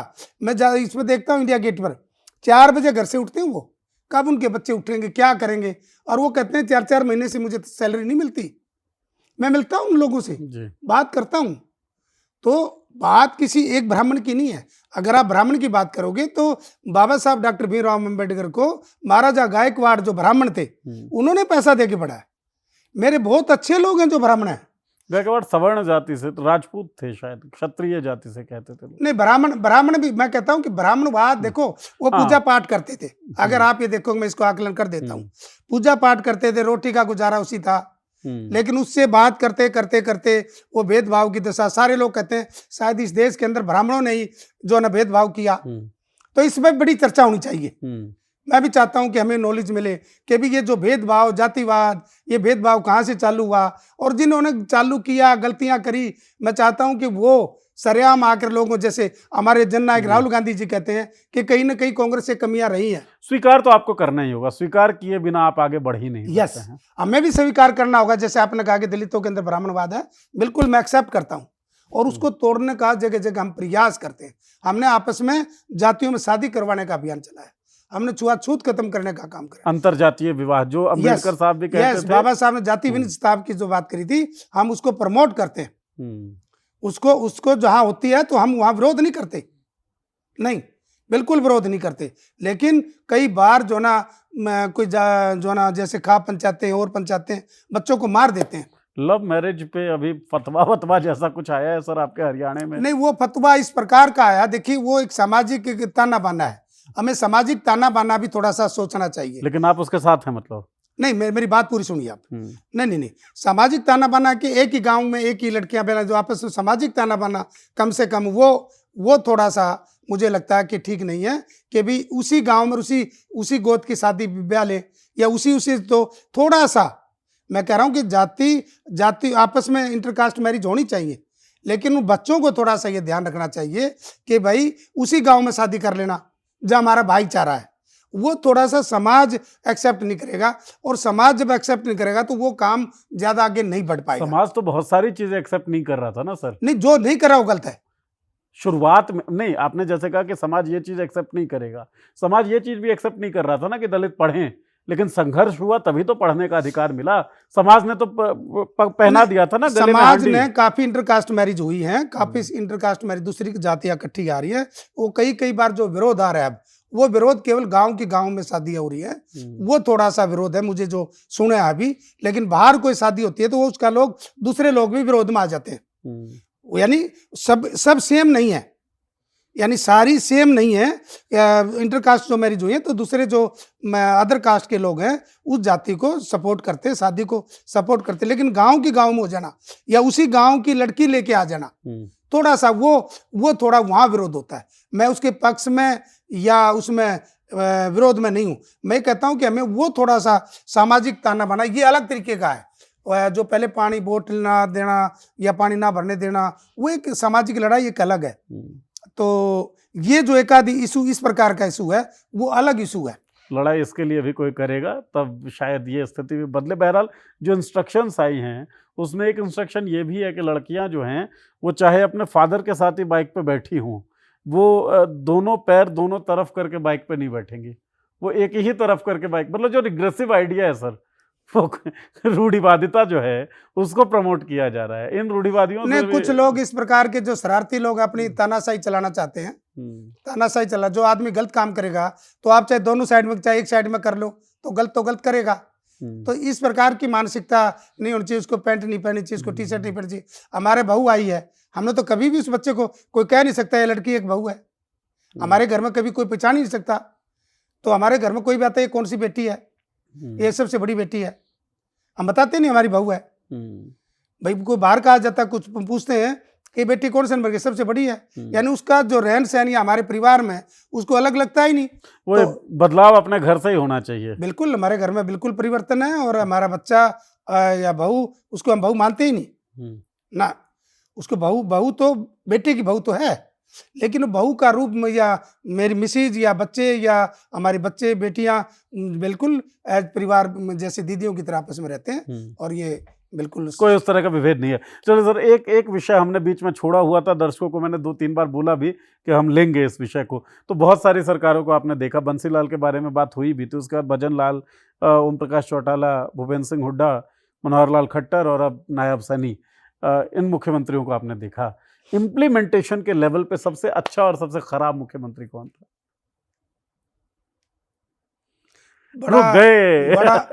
बड़ा नहीं, बिल्कुल सही बात है। और मैं बहुत ही सोच के जवाब दूंगा कि इम्प्लीमेंटेशन जो पॉलिसीज हैं, मुझे लगता है खासकर शेड्यूल कास्ट और बैकवर्ड क्लास के मामले में लगभग सभी नीरस रहे। सभी इस दौरान जिस पार्टी में अब आप कोई भी किसी भी पार्टी का नेता हो, वो लगभग उन पॉलिसियों को लागू करने में, ईमानदारी से नौकरियां भरने में, यानी ठीक है कांग्रेस के राज में टाइम पर नौकरियां मिल जाती थी जो आजकल नहीं मिल रही, लेकिन सभी प्रकार की अगर पॉलिसी, अगर बीजेपी में देखोगे तो तमाम तरह की खत्म है सौदा। ये तो जो प्रेजेंट बीजेपी की, मैं ये नहीं कि कांग्रेस का इसलिए कह रहा हूँ, बीजेपी सरकार ने तो नौकरियां टोटली आउटसोर्स कर दी। संघर्ष के रास्ते पे आप हमेशा से रहे। ये हमेशा संघर्ष में रहा। इवन हुड्डा साहब है, चीफ मिनिस्टर होते हुए मेरे पास घर में कई बार गए, मेरे पर्सनल ताल्लुक थे। फिर भी वहां के जो ब्यूरोक्रेट्स थे चारों तरफ जो घिरे रहते थे, मैंने बार बार एक कमेटियां बनी, उसमें बोला कि ये जो अफसर हैं वो कट्टर आदमी है, हमारी पॉलिसियों को लागू नहीं करने देते। तो जो फाइलें जाती थी तो वो फाइल पे हमेशा नेगेटिव लेके आते थे। हमें हर बार संघर्ष करना पड़ रहा है, हर बार। तो हुड्डा साहब से कभी इस तरह का कोई कन्फ्रंटेशन हुआ? नहीं, मेरा कई बार बहस होती थी और मैं खूब खुल के बोलता था, मेरी बात सुनते थे, मुझे उनके कमरे में जाने से कोई रोकता नहीं था। अच्छा ना, मेरा सीधा संबंध था, कोठी पे जाता था और जाता था। एक मेरा पारिवारिक संबंध भी था। कन्फ्रंटेशन अब भी हो जाती है क्या? नहीं, अभी तो पावर में नहीं है, लेकिन अब तो संबंध देखो मेरा अच्छा, मेरे मुझे तो बहुत प्यार मिलता है सभी से, सभी नेताओं से। खट्टर साहब से मिला था, खट्टर साहब कल परसों मिले थे कि आपकी पॉलिसी जारी करी हुई, विड्रा कर ली, तो आपका नाम कहाँ रहा, आपकी तो बेइज्जती कर दी क्रिमिलेयर का बहाना बना के। एक तरफ सरकार क्रिमिलेयर का एफिडेविट दे रही है भारत सरकार में, सुप्रीम कोर्ट में, कि क्रिमिनल लागू नहीं होती। एक पॉलिसी जो उसने जारी करी थी वो विड्रा कर ली। तो क्या हुआ, खट्टर साहब की बेइज्जती करी हरियाणा सरकार ने, कहाँ चली खट्टर साहब की? और वो विड्रा की बात कहाँ नौबत आ गई? एक daily Vaser chief secretary ad hoc पर लगा हुआ, कॉन्ट्रैक्ट पर लगा हुआ, दूसरे आईएएस अफसरों का अधिकार खाया। 1.5 साल से एक आईएएस अफसर रिटायरमेंट के बाद लगा हुआ है, उसके बाद दूसरे आईएएस अफसरों का नंबर नहीं आना चाहिए क्या? यानी 1.5 साल तक एक्सटेंशन उसी को दे रहे हैं ताकि वो आदमी जो कहे वो ही काम कर दे। यानी जो आदमी 1.5 साल पहले रिटायर हो लिया, उसके बाद कम से कम 8, 10, 5-6 आईएएस अफसर और चीफ सेक्रेटरी बनने थे। जो आदमी सोचता है लास्ट में, उम्मीद करता है कि मैं रिटायर होते मैं चीफ सेक्रेटरी की मेरे मोहर लगे, सारे रिटायर कर दिए उस आदमी ने। और वही आदमी गलत पॉलिसी जारी करी, यानी क्रिमिलेयर का बहाना बना के। कौन है वो आदमी? मिस्टर रस्तोगी जी है, हरियाणा में चीफ सेक्रेटरी, 1.5 साल पहले रिटायर हो लिए, लेकिन एक्सटेंशन पे एक्सटेंशन 1.5 साल आज तक पूरे भारत में नहीं मिली किसी आईएएस अफसर को। तो एक्सटेंशन कौन, सैनी साहब दिलवा रहे हैं क्या? सैनी साहब दिलवा के भारत सरकार भारत की कैबिनेट देती है, अनुशंसा सैनी साहब करते होंगे। हाँ, तो भेजते वो हैं, लेकिन वो जो है ना बढ़िया ना, जो कह दिया वो काम कर देगा, क्योंकि उसका कुछ बिगड़ना रेगुलर तो है नहीं। यानी आज इतना बड़ा नुकसान हमारा कर रहा है वो, मैं मिल के आया, और करोड़ों रुपया हमारे शेड्यूल कास्ट के बहाने बना कर, और जो ना स्टेप अप का बहाना बना, करोड़ों रुपया सरकार का लुटा दिया इन लोगों ने, जनरल के लोगों को। मैं जैसे एक उदाहरण देता हूँ, एक आदमी 2000 में प्रमोट हुआ, दूसरा आदमी आप 2007 में प्रमोट होते हो, आपको भी 2001 से ही मान लिया, और 2001 से तनख्वाह दे दी, यानी इतना, और उस पूरा एरियर दे दिया। वो तो 6 इतना बड़ा गदर होता है कभी? यानी इतना बड़ा गदर शेड्यूल कास्ट का नाम बनाकर ये लोग स्टेप अप बनाते हैं, उसको स्टेप बोलते हैं। अरे उसका नेम ले करते हैं।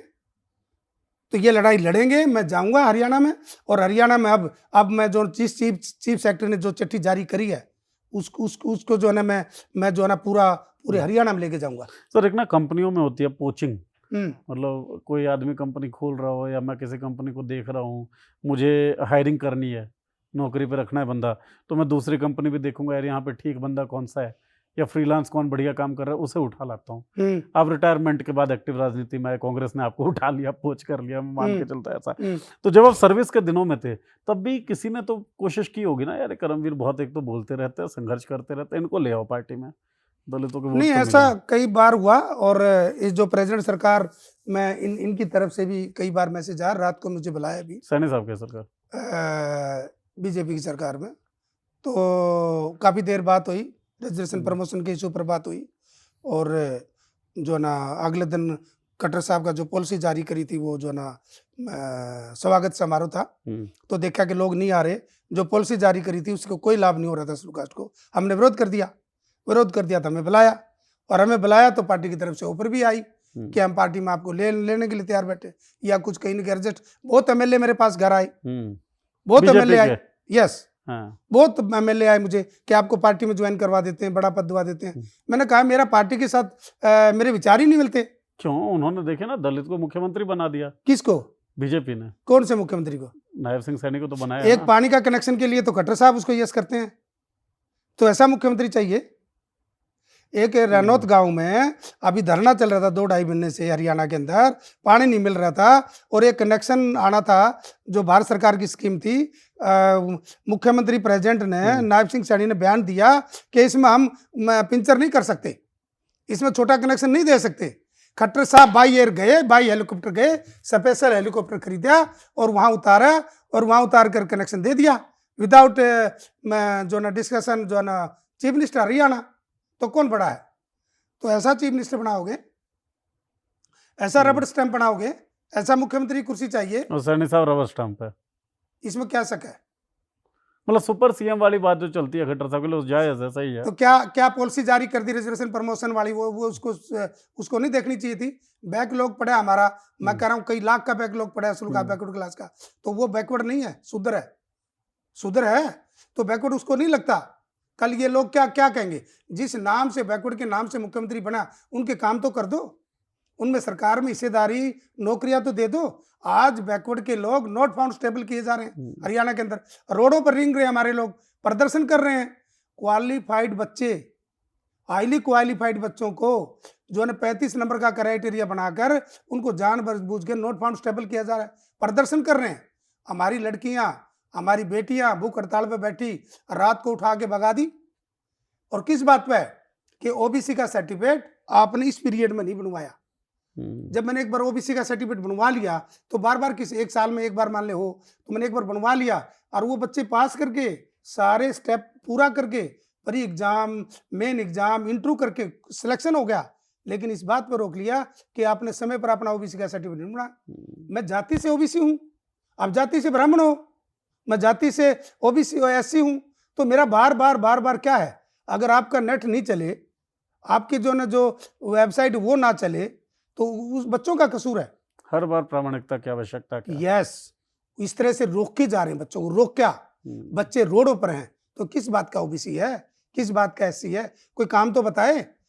जो हमारा कितना है, 2.25 लाख का बजट है हरियाणा के अंदर, टोटल बजट, उसमें से शेड्यूल कास्ट का जो स्पेशल कंपोनेंट बजट होता है वो कम से कम 41-42 हजार करोड़ बनता है, 41-42 हजार करोड़ बनता है।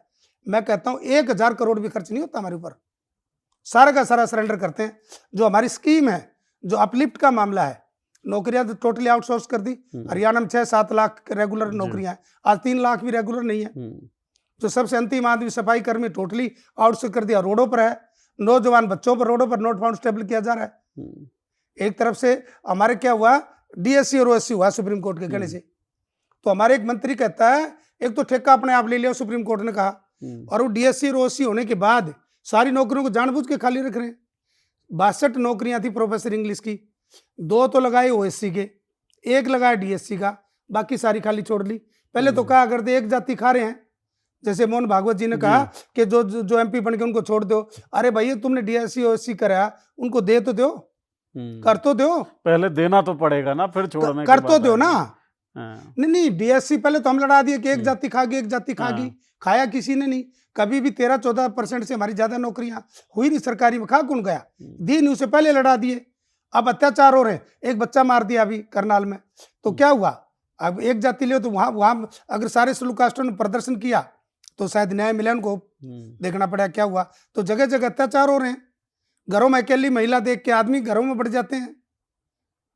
अब कुएं में एक बच्चे को जो ना यहाँ जो ना इसमें हिसार में जो ना मुंडाल में सोरकी में एक बच्चे को उल्टा लटका दिया कुएं में। किस बात पे कि मोटर खोलने आया था। अरे मोटर का ना उसके पास कोई पेचकस है, ना प्लास है, ना कोई जमूर है, तो किससे खोलेगा वो। यानी कभी कोई एक केस कभी होया होगा, उसी केस का बहाना लटका के पैर को लटका के नीचे कर दिया। मेरी कई बार बात होने के बाद भी कार्रवाई बहुत लेट, बहुत कम से कम 2-3 महीने के बाद जब सारा प्रेशर डाल दिया तो समझौता कर ले, पैसे ले ले। इसी प्रकार जुलाना की लड़की लेडीज को घर में अकेला देख के बढ़ गया। वही आदमी किसी जमींदार के काम करता था, जो घर में बढ़ा था उसके रिश्तेदार का, उसको नौकरी से हटा दिया, या तो तुम समझौता कर ले या नौकरी छोड़ दे। फिर ऑफर दी, पैसे की ऑफर दी, फिर पुलिस डिपार्टमेंट ने बुलाकर उसको बुलाया कि ये तुम माफी मांग लेने से समझौता करवाने के लिए। और पुलिस का डीएसपी कहता है मिल नहीं रहा जी, हम क्या करें।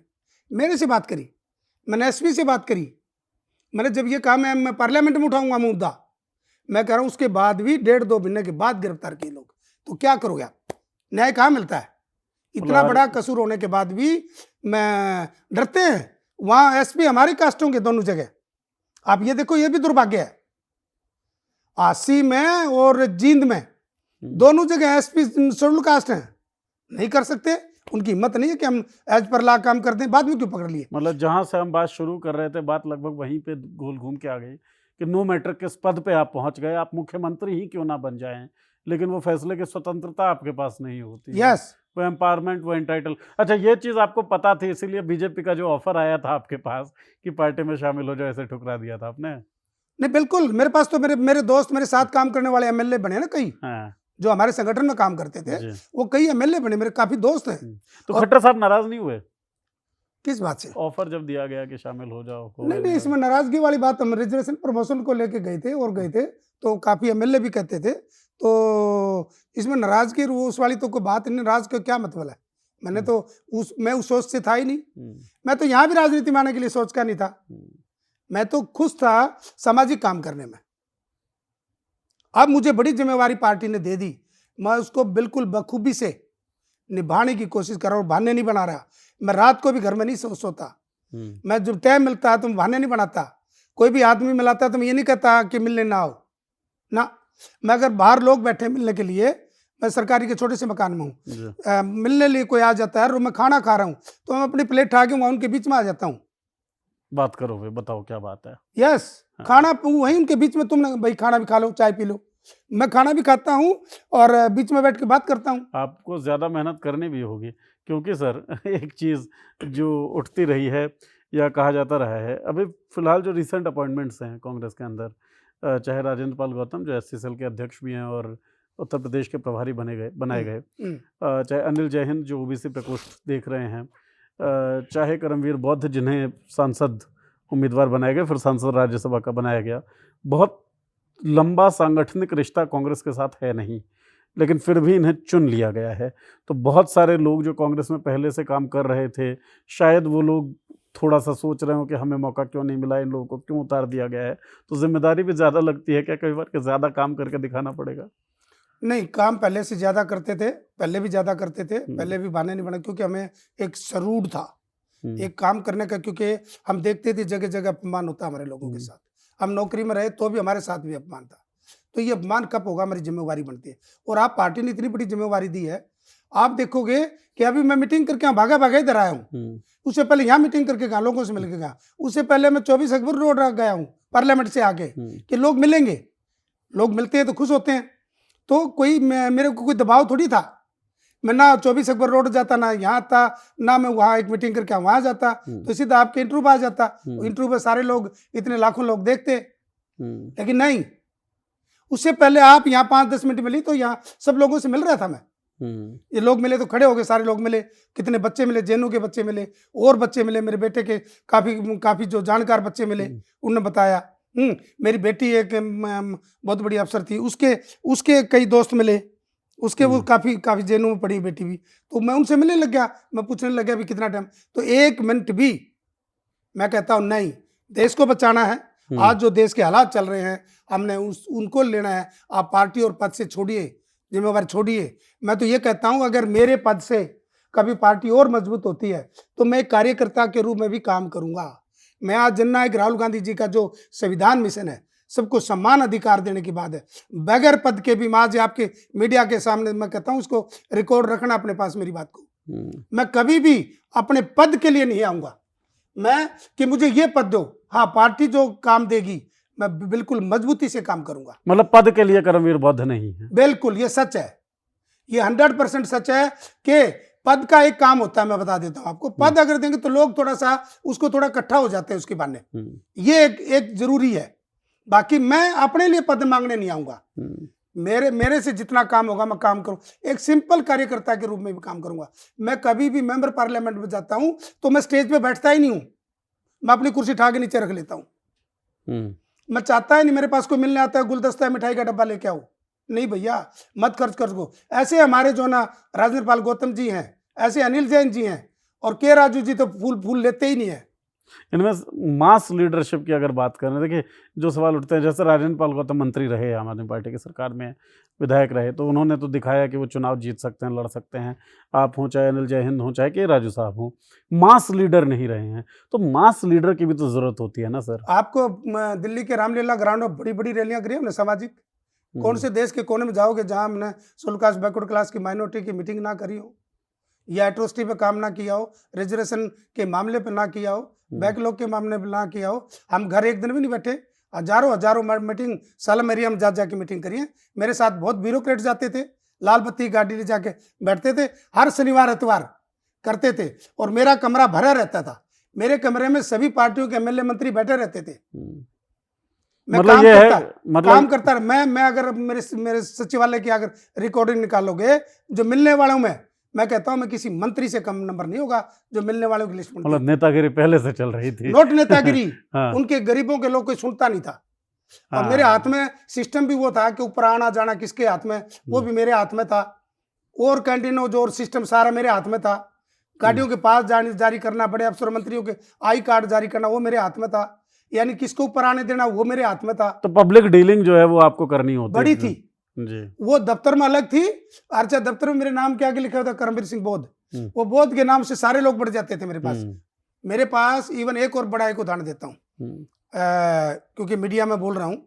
कई बार कोई आदमी मंत्री के पास चले जाता, सुलका सीएम के हाउस पर चला जाता, तो कहता है कोई चक्कर काट रहा है भाई, आप करमवीर के पास जाओ, वो करवा देगा। यस। अच्छा, कई बार मेरी चिट्ठी करमवीर सिंह चंडीगढ़ लिख दिया, मेरे घर में पहुंच गई। एक नहीं सैकड़ों चिट्ठियां। मतलब मासी आदमी आप हैं। यानी मैं घर में नहीं सोया, मेरी बीबी नहीं सोई, मेरे बच्चे भी सोशल हैं। मेरे बच्चे जेनू के प्रोडक्ट हैं, बच्चे भी सोशल, बिल्कुल अम्बेडकराइट वो हैं, बिल्कुल कोई लालच नहीं किसी प्रकार का भी ना। बेकार नाजायज खर्चा, बेकार कोई जो है ना कोई जो है ना ये चीज स्पेशल चाहिए मुझे, नहीं, कभी तंग नहीं किया। जबकि हम दोनों मियाँ बीवी नौकरी में थे, 2 पैसे तो थे ना हमारे पास, लेकिन नहीं, मेरे बच्चों ने कभी भी किसी ने बच्चे तंग नहीं किया। मतलब ये कहना है कि मासी आप हमेशा से रहे, लोगों के बीच रहे, और लोगों को इकट्ठा करने का वो जो कौशल होना चाहिए, वो कौशल भी अलग अलग कार्यक्रमों में आपने दिखाया है। बहुत ज्यादा। एक आखिरी सवाल सर इस चर्चा में, क्योंकि मैं लगातार देख रहा हूँ आपका समय काफ़ी लिया हमने।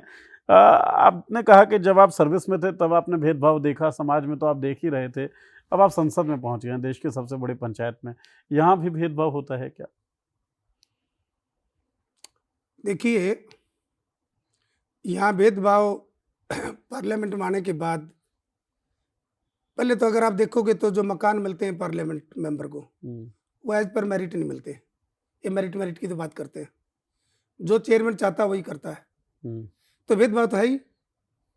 ये पार्टी के साथ है, फिर पता लग जाए किस कास्ट का, तो और भेदभाव होगा। कास्ट के आधार पे भी है। कास्ट के आधार पर भी तो अपने आप कोई न कोई तो आदमी अपने जान पहचान से या कुछ करा के ले जाए। हम्म, तो जब पहले आए तो पहले जो खाली थे उसी टाइम वो दे दो, लेकिन नहीं, ये तो चले आ रहा है, कोई बोलता नहीं कि भाई चलो राजा से आई है, जो मर्जी करो। यहाँ भी काफ़ी जगह बोला गया, नहीं नहीं यहाँ नहीं बोलना, ऐसा नहीं होता, ये नहीं होता। तो यहाँ भी तो मेरिट के आधार पर हो ना भाई, जो जो जिस टाइम आए उसी टाइम दो, जो औरों को चीज़ दे तो उसको भी दो। ये सारे मकानों का जो कमरों का और था मेरे अंडर में था, तो मुझे भली भांति पता है। तो भेदभाव तो अब आगे मैं देखते हैं कैसे कैसे होता है, लेकिन इतना जरूर है कि जननायक राहुल गांधी जी ने और हमारे नेताओं ने अब बहुत बड़ा परिवर्तन पार्टी में हो रहा है। और उसकी वजह से कांग्रेस की तरफ जो लोग खिसक गए थे, या जो लोग बार बार ये कहते हुए जो ना दलित लोगों में एक बेकार की बातें पैदा कर दी थी, भ्रम पैदा कर दिया था कि बाबा साहब ने कहा कभी कांग्रेस का आप मेंबर मत बनना, वो जो भ्रांति फैलाई थी वो टोटली गलत थी। बाबा साहब हमेशा कांग्रेस के साथ अपनी डिमांडों के लिए तो झगड़ा करते थे, ये सच है। लेकिन आप इस प्रकार की, उस समय दो पार्टियां होती थी, एक बाबा साहब की पार्टी, एक कांग्रेस की पार्टी। तो मैं अपनी पार्टी की बात करूंगा तो दूसरी पार्टी को हमेशा विरोध करूंगा, नेचुरल सा विरोध है। पॉलिटिकल ऑपोजिशन का विरोध तो करेंगे ही आप। और बाबा साहब को जानबूझ के हराएं, या बाबा साहब कांग्रेस पार्टी के इलेक्शन से थोड़ी लड़ रहे थे, अपनी पार्टी के लड़ रहे थे। कांग्रेस ने अपना कैंडिडेट उतारा था। फिर बाद में राज्यसभा का स्पेशल बनाकर बाबा साहब को क्या संविधान कमेटी का चेयरमैन नहीं बनाया, बाबा साहब को फिर लॉ मिनिस्टर नहीं बने। अगर बाबा साहब इतना विरोध करते तो कांग्रेस में लॉ मिनिस्टर क्यों बनते। लेकिन उसके बाद भी बाबा साहब अग्रेसिव थे। जब हिंदू कोड बिल आया तो नहीं मानी पार्टी ने, तो उस टाइम रिजाइन किया। बहुत सारे सर्कमस्टेंसेस थे जिसके कारण जो भी हुआ। राइट। अच्छा सर, एक आरोप आप पे लगता है, आखिरी सवाल मैंने बोल दिया था लेकिन ये याद आ गया इसलिए मैंने कहा पूछ लिया, नरेंद्र मोदी को लेके थोड़ा सा आप नरम रहते हैं। ये किसने कह दिया? नहीं रहते क्या? नहीं, कभी कभी सोच ही नहीं है। Narendra Modi is the responsible. मैं तो एडमिनिस्ट्रेशन में दिया काम। ये जो कांड हुआ, ये जो बच्चों को पीटा गया, तो देश का मुखिया जिम्मेवार होता है। अगर आपका होम मिनिस्टर जवाब नहीं दे रहा तो आप दो। आप सदन में आकर बात क्यों नहीं कर रहे? आप सदन में आप रात को 12 बजे 1 बजे जो ना मीडिया में यानी अपना सोशल मीडिया में आकर कोई बातें रखते हो। आज तक प्रेस कॉन्फ्रेंस के सामने जिस तरह आपने 1 घंटे से मेरे से इंटरव्यू ले रहे हो, तो कितनी बार इंटरव्यू लिया मोदी जी का? इंटरव्यू तो बहुतों ने लिया है, घंटों घंटों का लिया। आम वो इंटरव्यू लिया ना जो टोटली एक तरफे हो, जो गोदी मीडिया हो। कहाँ जाके जो ना प्रशंसा कर करके इंटरव्यू लिया। आम मीडिया क्यों? जब राहुल गांधी जहाँ सरेआम सबके सामने मीडिया ब्रीफिंग करते हैं, तो ऐसे कितने हुए? अगर करें तो निकालो। प्रेस कॉन्फ्रेंस तो एक भी नहीं हुआ है। तो फिर क्या प्रधानमंत्री जिम्मेवार नहीं है, या प्रधानमंत्री देश की हालात नहीं बतानी चाहिए? तो इसलिए पता नहीं आप कहाँ से शब्द ले आए कि भी आप जो उसके चक्कर में जो ना वो रहते हैं। मैंने कौन सी जो ना वो किया? जो देश के लिए कोई भी अच्छा काम करेगा, अगर अच्छा काम करेंगे तो हम प्रशंसा करेंगे, लेकिन अच्छा काम करोगे नहीं तो प्रशंसा किस बात के लोगे? हेल्दी डिस्कशन होना चाहिए, दोनों पार्टियों को बैठ के डिस्कस होना चाहिए। तो वो चीज़ मुझे नहीं लगती, पार्लियामेंट में भी नहीं लगती। पार्लियामेंट में बिल लेके आते हो जल्दी में, जो ना आप उसको जो बिल आया वही पास कर दिया, फिर डिस्कशन का क्या लाभ हुआ? वॉइस नोट से सब कुछ पास हो जाता है। यानी आप बायकाट भी करगी, पार्टी में करगी, तो फिर आप उसमें डाल लोगे क्या? जो आपने जो बनाया वही। आप एजुकेशन बिल लेके आए हो, उससे आप नकल रोक लोगे क्या? आप कैंसिलेशन रोक लोगे क्या? किसी को गोली मार के रोक लोगे क्या? क्या आज से आज़ाद भारत, जब भारत बना, जब से क्या एडमिशन नहीं हो रहे थे क्या? नौकरियां नहीं मिल रही थी क्या?